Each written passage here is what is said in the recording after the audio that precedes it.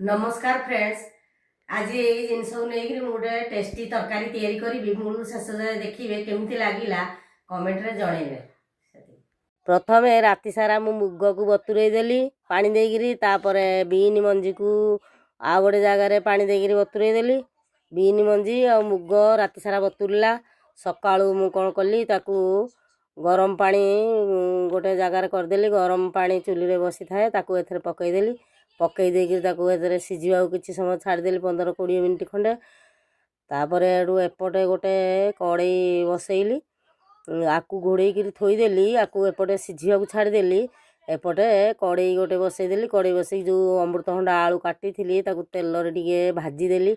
भाजी देकरी ताकू ओलट पालट कर देकरी टिके समय घोड़े रखिली।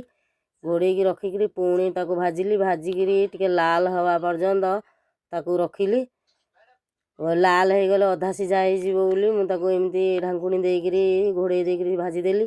भाजिकी गोटे जगह को बाहर करदेली।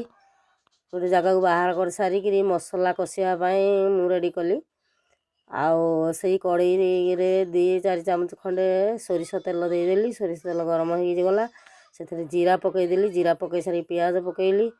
पियाज को भाजीदेली। भाजीदेला से लाल हो गला। लाल है मुझे कौन कली प्याज रसुण अदा बटा रखी थी ताकू से देदेली।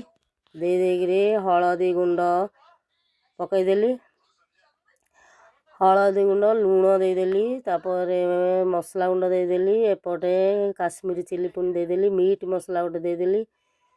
आउ मीट मसला पर गरम मसला टे पकईदेली। गरम मसला पर टिके राग लंका गुंड अल्प टिके देली। तापर टमाटो टिके देली। टमाटो दे सारा पर ताकू भल भाव में कषिदेली। पूरा लाल है कषिगला पर यही परिवा जो आलू अमृतभंडा रखी थी ताकू देदेली। तापर जो बाट सिझेकी रखी थी जो मुग आ बीन मंजी ताकू से ढालीदेली। भल भाव में ओलट पालट करदेली। मसला साथी ताकू कषिदेली। कषिदेला पर मुझे कौन कली से काटिकी धनिया पत्र रखी थी भल कर मेंचे खंडे पकईदेली। पकई देकी ओलट पालट करदेली। ओलट पालट कर सारिकी कौन कली पूरा देखिली पूरा रेडी हो जाए। गोटे प्लेट रे देखो बाढ़ी केते सुंदर है तरकारी एकदम सुंदर है।